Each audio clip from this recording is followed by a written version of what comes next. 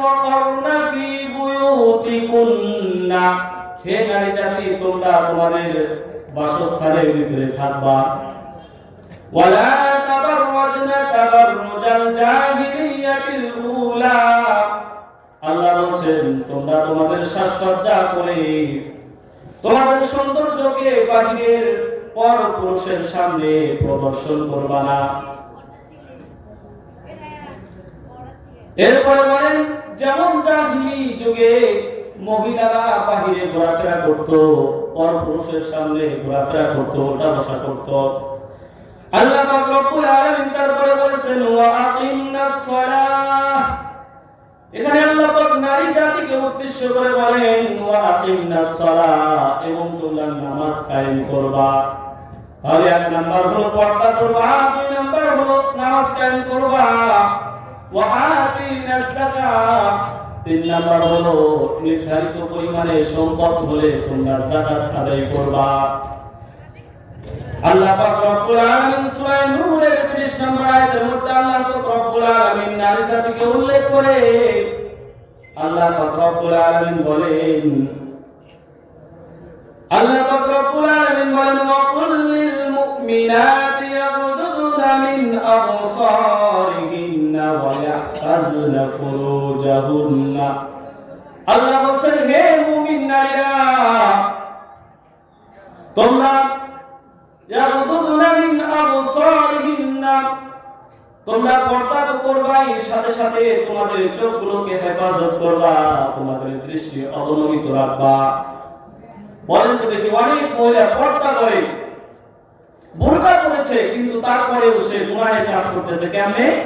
সে নিজে বুরকা পরেছে ঠিক, কিন্তু চোখ দিয়ে সে পর পুরুষকে বারবার দেখতেছে, এবং সে দেখার পরে নিজের ভিতরে একটা কল্পনা হচ্ছে, একটা পরিকল্পনা হচ্ছে। এই কারণে আল্লাহ বলছেন তোমাদের চোখকেও হেফাজত করতে হবে। শুধুমাত্র বুরকা পরলেই পর্দা হবে না, বরং আল্লাহ বলছেন হে নারী জাতি তোমরা তোমাদের দৃষ্টিকে হেফাজত করো এবং তোমাদের লজ্জাস্থানকে হেফাজত করো। শুধু কি নারীদের জন্যই পর্দা? না, শুধু নারীদের জন্য পর্দা নয়। আল্লাহ পাক রব্বুল আলামিন সূরা নূরের 30 নম্বর আয়াতের মধ্যে বলেন ওয়া কুল লিল মুমিনিনা ইয়াগুদ্দু মিন আবসারিহিম ওয়া ইয়াহফাজু ফুরুজাহুম। আল্লাহ পাক বলেন হে মুমিন পুরুষেরা শোনো, তোমাদের জন্য পর্দা হলো তোমরা তোমাদের চোখকে, তোমাদের দৃষ্টিকে হেফাজত করবা, তোমাদের চোখকে অবনমিত রাখবা, পর পুরুষের পর নারীর দিকে তোমরা তাকাবা না। এটা হলো একজন ছেলের জন্য, একজন যুবকের জন্য পর্দা। এবং তোমরা তোমাদের লজ্জাস্থানকে হেফাজত করবা। হাদিসের মধ্যে আসছে কোন ব্যক্তি যদি পর নারীর দিকে তাকায় তাহলে তার চোখের ভিতরে আল্লাহ পাক রব্বুল আলামিন গরম সীসা তার চোখের মধ্যে ঢুকিয়ে দিবে। এমন কঠিন আযাবের কথা আল্লাহ পাক রব্বুল আলামিন বলেছেন, এমন ভয়ঙ্কর শাস্তির কথা বলেছেন।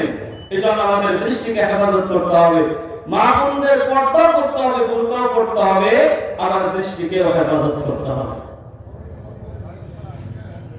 আল্লাহর পয়গম্বর সরকারে দু আলম হাদিসের মধ্যে বলেন আল মারআতু ইযা সাল্লাত খামসাহা ওয়া সামাত শাহরাহা ওয়া আতাআত বালাহা ওয়া হাফিজাত ফারজাহা। আল্লাহর পয়গম্বর সরকারে দু আলম নবী বলেন ও দুনিয়ার উম্মতেরা, ও দুনিয়ার নারী জাতি শোনো, যেই নারী যেই মা পাঁচটা কাজ করবে আল্লাহ পাক রব্বুল আলামিনের 8টি জান্নাতের দরজা থেকে তাদেরকে আহ্বান করা হবে, ডাকা হবে, আসো আসো আমার দরজা দিয়ে, এই দরজা দিয়ে প্রবেশ করো ও মা জাতি। পয়গম্বর কি বলেন ভালো করে একটু শুনেন। আল মারআতু ইযা সাল্লাত খামসাহা, যেই মা 5 ওয়াক্ত নামাজ সঠিকভাবে আদায় করবে, যেই মা 5 ওয়াক্ত নামাজ সঠিকভাবে আদায় করবে, ওয়া সামাত শাহরাহা, এবং রমজান মাসের রোজা সঠিকভাবে আদায় করবে, ওয়া আতাআত বালাহা, স্বামীর আনুগত্য করবে, স্বামীর আনুগত্য করবে, ওয়া হাফিজাত ফারজাহা, এবং তার লজ্জা স্থানের হেফাজত করবে। আল্লাহ পাক রব্বুল আলামিন নারী জাতির জন্য জান্নাতে যাওয়াকে সহজ করে দিয়েছেন, কিন্তু আমাদের মা বোনেরা পর্দা করতেও রাজি না, নামাজ পড়তেও রাজি না, স্বামীর খেদমত করতে তো আরো রাজি না। রমজান মাসের রোজা কেউ রাখে কেউ রাখে না, রমজান মাসের রোজাটা হয়তো বা একটু রাখে। মা বোনেরা রোজা রাখার পাগল। আল্লাহ পাকের নির্দেশ হলো তাদের পর্দা করতে হবে। আল্লাহ বলেন, ওয়াকারনা ফি বুয়ুতিকুন্না ওয়ালা তাবাররাজনা তাবাররুজাল জাহিলিয়াতিল উলা। হে মহিলারা, তোমরা তোমাদের বাসস্থানের মধ্যে থাকবা, তোমরা বাহিরে ঘোরাফেরা করবা না, বাহিরে গেলেও প্রয়োজনের জন্য পর্দার সাথে যেতে হবে। তোমরা তোমাদের সাজসজ্জা করে বাহিরে যাইয়া পর পুরুষকে তোমাদের এই সৌন্দর্যকে প্রদর্শন করিও না। এটা আল্লাহ পাকের অর্ডার, আল্লাহ পাকের নির্দেশ। হযরত ফাতেমা রাদিয়াল্লাহু তাআলা আনহা, আমরা সকলে জানি ফাতেমা রাদিয়াল্লাহু তাআলা আনহা কার মেয়ে? জোরে চিৎকার দিয়ে বলেন। আল্লাহর রাসূলের মেয়ে হযরত ফাতেমা রাদিয়াল্লাহু তাআলা আনহা। হযরত ফাতেমা রাদিয়াল্লাহু তাআলা আনহা যখন বাবা দুনিয়া থেকে চলে যায়, তিনি শোকে পড়ে যান। তিনি কান্না করতে করতে চোখের নিচ দিয়ে দাগ পড়ে যায়। আল্লাহর রাসূল যখন অসুস্থ মারা যাওয়ার আগ মুহূর্ত, আল্লাহর রাসূলের মেয়ের কান্না দেখে রাসূলের কষ্ট হয়। আল্লাহর রাসূল ফাতেমাকে ডাকতে বলেন, ও ফাতেমা শোনো। ফাতেমা কাছে আসলেন, কানে কানে কি যেন বললেন। ফাতেমার কান্না থেমে গেল। আল্লাহর রাসূল দুনিয়া থেকে চলে যাওয়ার পর হযরত আয়েশা সিদ্দিকা রাদিয়াল্লাহু তাআলা আনহা হযরত ফাতেমাকে ডাকতে বলে, ও ফাতেমা, তোমার কানে পয়গম্বর কি বলেছিল যার কারণে তোমার কান্নাটা থেমে গিয়েছিল?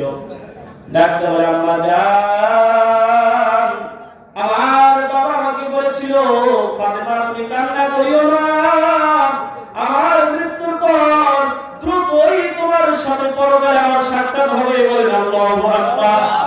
ফাতেমা এই কথা শুনে তার কলিজা ঠান্ডা হয়েছে, তিনি খুশি হয়ে গেছেন, কারণ তার মানে হলো রাসূলের মৃত্যুর পরে আমার মৃত্যুতে বেশি দেরি হবে না, অল্প কিছুদিন পরে আমার মৃত্যু হয়ে যাবে। এই কথা শুনে তিনি কত খুশি। আমরা মৃত্যুকে এত ভয় পাই কেন? কারণ আল্লাহর হুকুম সঠিকভাবে মানি না। আল্লাহর পয়গম্বরের মেয়ে হযরতে ফাতেমা রাদিয়াল্লাহু তাআলা আনহা, আল্লাহর রাসূল যখন মারা গেলেন তিনি কান্না করেন, চোখের পানি ফেলেন, আর প্রত্যেকটা দিন যেন তার কাছে মনে হয় শত বছরের সমান তিনি অপেক্ষায় ছিলেন, কবে আমার মৃত্যু আসবে, আমি আমার বাবার সাথে দেখা করব। তিনি শের বলেছেন, সুব্বাত আলাইয়া মাসাইবুন লাউ আন্নাহা সুব্বাত আলাইয়া মাসাইবুন লাউ আন্নাহা সুব্বাত আলাল আইয়ামি সিরনা লায়ালিয়া।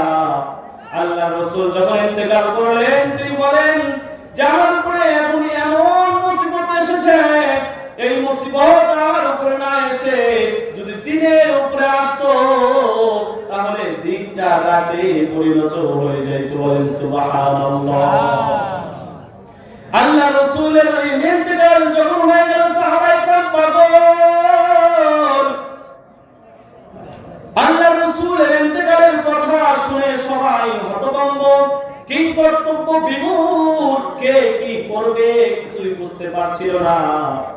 আল্লাহর রাসূলের ইন্তেকালের কথা শুনে যেই ব্যক্তি চলতেছিল সে বসে পড়লো, যেই ব্যক্তি হাল চাষ করতেছিল সে হাল ছেড়ে দিল, যেই ব্যক্তি হাঁটতেছিল সে থামিয়ে দিল। হযরত বিলাল রাদিয়াল্লাহু তাআলা আনহা তিনি মদিনা ছেড়ে চলে গেলেন। বলেন যে যেই মদিনাতে থাকলে রাসূলকে দেখা যাবে না, সেই মদিনাতে আমি থাকতে চাই না। যেই মসজিদ মসজিদে নববীতে আযান দিলে আমার রাসূল নামাজ পড়াবে না, সেই মদিনার মসজিদে আর আমি আযান দিব না। হযরত আব্দুল্লাহ ইবনে যায়েদ ইবনে আব্দুর রাব্বি তিনি হাল চাষ করতেছিলেন, যখন শুনলেন যে আল্লাহর রাসূল ইন্তেকাল করেছেন, সাথে সাথে হাল ছেড়ে দিয়ে আল্লাহর কাছে দোয়া করলেন, আল্লাহুম্মা যাহাব বাসরি হাত্তা লা আরা বা'দা হাবিবি ফাসুব্বাত আলাইয়া। আল্লাহর রাসূলের ওই সাহাবী দোয়া করলেন, যায়েদ ইবনে আব্দুর রাব্বি, আয় আল্লাহ, যে চক্ষু দিয়ে আমি আমার রাসূলকে দেখেছি, এই চক্ষু দিয়ে আমার রাসূলের পরে আর কোনো মানুষকে আমি দেখতে চাই না। আয় আল্লাহ, আমার চক্ষুকে আপনি, আমার চক্ষুর দৃষ্টি শক্তিকে আপনি উঠিয়ে নিন। সাথে সাথে আল্লাহ পাক রব্বুল আলামিন তার চোখের দৃষ্টিকে উঠিয়ে নিলেন, তাকে অন্ধ বানায় দিলেন। আল্লাহ রাসূলের মহব্বত আর ভালোবাসার প্রেম কত বেশি ছিল। আল্লাহ রাসূলের মেয়ে হযরত ফাতিমা রাদিয়াল্লাহু তাআলা আনহা যখন শুনলেন যে সর্বপ্রথম রাসূলের সাথে তার দেখা হবে, তার মনে হয় খাওয়া দাওয়া তিনি ছেড়ে দিলেন। কবে আমার মৃত্যু হবে, কবে আমি আমার বাবার সাথে সাক্ষাৎ করব। একদিন সকালবেলা ঘুম থেকে উঠে হযরত ফাতিমা রাদিয়াল্লাহু তাআলা আনহা জব পিষতেছিলেন। আল্লাহ রাসূলের জামাই তিনি চলে গেলেন রুজির অন্বেষণে। আল্লাহ রাসূলের মেয়ে রাতের বেলা স্বপ্নে দেখেছিলেন যে আল্লাহ রাসূল তাকে স্বপ্নের ভিতরে বলতেছেন, মা, তোমার সাথে আমার অনেক দিন হলো দেখা হয় না, তুমি আমার সাথে কবে দেখা করবা, আমাকে কি দেখতে মন চায় না। আল্লাহ রাসূলের মেয়ে এই কথা শুনে, এই স্বপ্ন দেখে তিনি পাগল হয়েছেন। তিনি বুঝতে পারছেন আমার আর সময় নাই, আমার এবার দুনিয়া ছেড়ে চলে যেতে হবে। সকালবেলা উঠে সুন্দর করে দুই সন্তান হাসান এবং হুসাইনকে সুন্দর করে নিজের হাতে রুটি বানায় খাবে, তাই চপ পিষে তাদের জন্য দুর্বল হাতে রুটি তৈরি করছে, আর চোখ দিয়ে টপ টপ করে পানি পড়ছে। হযরত আলী রাদিয়াল্লাহু তাআলা আনহু ঘরের ভিতরে ঢুকে দেখে হযরত ফাতেমা দুর্বল মানুষ হয়ে রুটি তৈরি করতেছে। হযরত ফাতেমা রুটি তৈরি করতেছে, আলী ডাকতে বলে, ফাতেমা, তোমার দুর্বল শরীর, তুমি এত কষ্ট করে কেন রুটি তৈরি করতেছো? হযরত ফাতেমা রাদিয়াল্লাহু তাআলা ডাকতে বলেন, স্বামী গো, আজকে আমার জীবনের শেষ রুটি বানানো, আমার মনটা চাই আমি জীবনের সর্বশেষ রুটি বানাইয়া আমি আমার হাসান হুসাইনকে নিজের হাত দিয়ে উঠিয়ে একটু আদর করে খাওয়াই দিয়ে চলে যাব। ও স্বামী গো, এই জন্য কষ্ট হলে রুটিগুলো বানাই, হাসান হুসাইনকে আমি খাওয়াবো। হযরত আলী বলে, তুমি হলা নবীর কলিজা, তোমাকে পেয়ে আমি ধন্য হয়েছিলাম ফাতেমা, কিন্তু তুমি এত তাড়াতাড়ি আমাকে ছেড়ে চলে যাইবা, এটা তো আমি কখনোই কল্পনা করি নাই। ফাতেমা রাদিয়াল্লাহু তাআলা আনহা রুটি বানাইতেছিলেন, হযরত আলী চলে গেলেন, মনটা খারাপ হয়ে গেল। হযরত ফাতেমা রাদিয়াল্লাহু তাআলা আনহা রুটি বানাইয়া সন্তান দুইটাকে সুন্দর করে গোসল করাইয়া নিজের হাতে রুটিগুলো খাওয়াইয়া দেয়, আর চোখ দিয়ে পানি পড়ে, কারণ এটাই সর্বশেষ সন্তানদেরকে খাওয়ানো।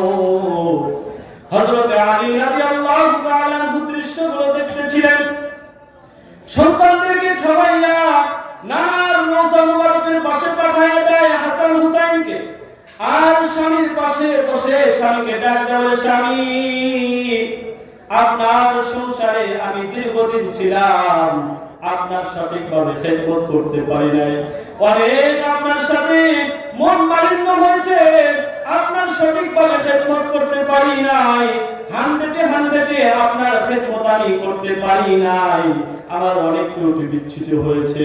ও প্রাণের স্বামী, মেহেরবানি করে আমাকে মাফ করে দিবেন। ও প্রাণের স্বামী, আমাকে মাফ করে দিবেন, আমার জন্য দোয়া করবেন, আমার সন্তান দুটিকে দেখে রাখবেন, আমার সন্তান দুটিকে দেখে রাখবেন।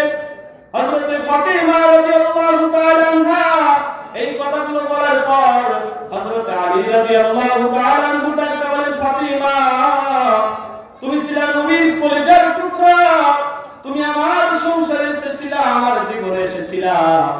তোমাকে সঠিকভাবে আমি মূল্যায়ন করতে পারি নাই। যতটুকু তোমাকে কদর করা দরকার ছিল ততটুকু আমি কদর করতে পারি নাই। ফাতেমা, মেহেরবানি করে তুমি আমাকে মাফ করে দিবা। এমন ভালোবাসা যদি স্বামী স্ত্রীর মাঝে থাকে, ওই স্বামী স্ত্রীর মাঝে কোনোদিন গরমিল বা কোনোদিন ঝগড়া হওয়ার সম্ভাবনা আছে না নাই? জয় বলে। এমন স্বামী স্ত্রীর মাঝে এমন ভালোবাসা আর মহব্বত থাকতে হবে। বর্তমান মা বোনদের অবস্থা পরিপূর্ণ ব্যতিক্রম। ও মা, যদি জান্নাত পেতে চাও, স্বামীর সন্তুষ্ট ছাড়া তুমি জান্নাতে যাইতে পারবা না। পর্দা করা ছাড়া তুমি জান্নাতে যাইতে পারবা না। পর্দা না করে তুমি জান্নাতে যাইতে পারবা না। বরং এখনকার মহিলাদেরকে দেখবেন, ওই যে বলেছিলাম জাহিলি যুগ, ওই জাহিলি যুগকে এখন হার মানাইছে। আল্লামা তাকি উসমানী দামাত বারকাতুহু আলিয়া তার তাফসীরের কিতাব তাফসীরে তাওজীহুল কুরআনের মধ্যে লিখেছেন যে ওই জাহিলি যুগের চাইতেও এখন বেহায়াপনার দিক থেকে বর্তমান জামানায় ওই জাহিলি যুগকে হার মানাইছে। আমাদের বেহায়াপনা এত বেশি, শহরে বাজারে যা দেখবেন শুধু নারী আর নারী, শুধু মহিলা আর মহিলা, কিন্তু তাদের পর্দা নাই। পর্দা করলেও এমন পর্দা করেছে, বাহির থেকে ভিতরে কি আছে সব বোঝা যায়। ঠিক কিনা জোরে বলেন? শহরে বাজারে দেখো নারীদের ঢল, শহরে বাজারে দেখো নারীদের ঢল, পর্দাবিহীন তারা করে ঝলমল। ঠিক কিনা? অন্যকে তার দিকে আশিক বানায়, দেশটা আজি ধ্বংস নারীর বেপরদায়, দেশটা আজি ধ্বংস নারীর বেপরদায়। সবার মুখে একই আওয়াজ, হাই হাই হাই। ইবলিসে আযম বাংলাদেশে আগমন হয়েছে নারীর বেশে, পার্কে বসিয়া ওরা মেলা মিলায়, দেশটা আজি ধ্বংস নারীর বেপরদায়। সবার মুখে একই আওয়াজ, হাই হাই হাই। জোরে বলেন ঠিক কিনা? এই জন্য মা, তোমরা তো হাসান হুসাইনের মা, তোমাদের কত এরকম বেহায়া বলে চলবে না। তোমাদেরকে আল্লাহ রাসূলের মেয়ে হযরতে ফাতেমা রাদিয়াল্লাহু তাআলা আনহার মতো হতে হবে। হযরতে ফাতেমা রাদিয়াল্লাহু তাআলা আনহা কেমন মানুষ ছিলেন, কেমন মহিলা ছিলেন? তিনি হবেন জান্নাতি নারীদের সরদারিনী। তিনি কেমন ছিলেন তার জীবনী পড়তে হবে, তার জীবনী পড়ে আমাদেরকে সেখান থেকে শিক্ষা গ্রহণ করতে হবে। বর্তমান সময় এমন অবস্থা, কোন ইমানদার ব্যক্তি রাস্তায় হাঁটতে পারে না। আল্লাহর পয়গম্বর সরকারে দু আলম একটা হাদিসের মধ্যে বর্ণনা করেছেন, তিনি ইরশাদ করেন, শেষ জামানায় এমন এক অবস্থা হবে, মানুষের এত অধঃপতন হবে, শেষ জামানায় রাস্তার পাশে পাশে কুকর্ম করতে থাকবে, রাস্তার উপরে কুকর্ম করতে থাকবে, বাধা দেওয়ার কেউ থাকবে না। যে ব্যক্তি এই কথা বলবে, ভাই একটু সরে পড়ো, একটু সরে যাইয়া তুমি কুকর্ম করো, এই ব্যক্তিটাই হবে ঈমানদার। আমাদের কিন্তু সেই জামানা চলে আসছে। ভারতবর্ষের একটা ঘটনা অনেকেই হয়তো দেখেছেন। এক যুবক, সে মোটরসাইকেল চালাইতেছে, তার সামনে একজন যুবতীকে বসাইছে, নিজের দিকে করে ওপেনে মোটরসাইকেল চালায় যাইতেছে। শত শত মানুষ সেখানে দেখতেছে, আর তারা মোটরসাইকেলের উপরে নোংরামি করতেছে। আল্লাহ রাসূলের ভবিষ্যৎবাণী কিন্তু অক্ষরে অক্ষরে মিলে যাইতেছে। এর দ্বারা বুঝতে হবে কিয়ামত বেশি দূরে নাই। আমাদের অধঃপতন কিন্তু প্রত্যেক দিন প্রত্যেক সময় হইতেই আছে। এজন্য আল্লাহর কাছে দোয়া করতে হবে, আল্লাহ এই সমস্ত ফিতনা থেকে, এই সমস্ত গুনাহ থেকে আমাদেরকে ঈমান নিয়ে কবর যাওয়ার তৌফিক দান করো। বলেন আমিন। আল্লাহ রে, ও আল্লাহ রে, কোন দুনিয়াতে পাঠাইলা আমারে। সবাই একটু আমার সাথে বলেন, আল্লাহ রে, ও আল্লাহ রে, কোন দুনিয়াতে পাঠাইলা আমারে। বর্তমান বর্তমানের পোলা মাইয়ার সমান সমান মাপ, লম্বা লম্বা চুল কাটিয়া মাইয়াই মাথায় লাগাই ক্যাপ। ও আল্লাহ রে কোন দুনিয়াতে পাঠাইলা আমারে, ও আল্লাহ রে, ও আল্লাহ রে কোন দুনিয়াতে পাঠাইলা আমারে। জিন্সের প্যান্ট শার্ট পরিয়া, জিন্সের প্যান্ট শার্ট পরিয়া রাস্তায় হাঁটা যায়, জিন্সের প্যান্ট শার্ট পরিয়া রাস্তায় হাঁটা যায়। পোলা না মাইয়া তারে চেনা বড় দায়। ও আল্লাহ রে কোন দুনিয়াতে পাঠাইলা আমারে, ও আল্লাহ রে, ও আল্লাহ রে কোন দুনিয়াতে পাঠাইলা আমারে। ঠিক কিনা জোরে বলে। বর্তমানের পোলা মাইয়ার দেখো কি কারবার, বর্তমানের পোলা মাইয়ার দেখো কি কারবার, বর্তমানের পোলা মাইয়ার দেখো কি কারবার। মগা পিছে মগি সামনে হুন্ডারি ড্রাইভার। ও আল্লাহ রে কোন দুনিয়াতে পাঠাইলা আমারে, ও আল্লাহ রে, ও আল্লাহ রে কোন দুনিয়াতে পাঠাইলা আমারে। জোরে বলেন ঠিক কিনা। এমন নারীদেরকে এমন পোশাক পরায়, 70 বছরের বুড়ি সে বুরকা পরেছে, কিন্তু তার নাতনির বয়স 30 বছর, তার নাতনির বয়স 15, 16, 20 বছর, তাকে উলঙ্গ করে নিয়ে মার্কেটে গেছে। এমন আছে না নাই? এমন আছে না নাই? পর্দা তো করার ছিল ওই যুবতী যার বয়স 15 থেকে 20 বছর তার, কিন্তু তা না করে পর্দা করেছে বুড়ি আর তার নাতনিকে উলঙ্গ করে নিয়ে গেছে। এমনটি হয় কিনা? বুড়ি নিজে বুরকা পরে, বুড়ি নিজে বুরকা পরে, মেয়েটাকে মেকআপ করে এমন পোশাক পরাই গোটা শরীরে দেখা যায়। তোর এই কারণে ধর্ষণেরই সেঞ্চুরি ঘটায়। হাই রে তোর এই কারণে ধর্ষণেরই সেঞ্চুরি ঘটায়।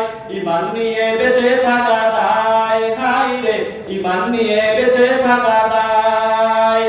ওরা মানুষ হয়ে জন্ম নিয়ে জানোয়ারের ঘর দেখায়, ওরা মানুষ হয়ে জন্ম নিয়ে জানোয়ারের ঘর দেখায়। লাজ শরমের মাথা খাইয়া ছেলে নিয়ে কে সঙ্গে নিয়া ডিসলাইনে নেকেট ছবি দেখে বাবা মাই।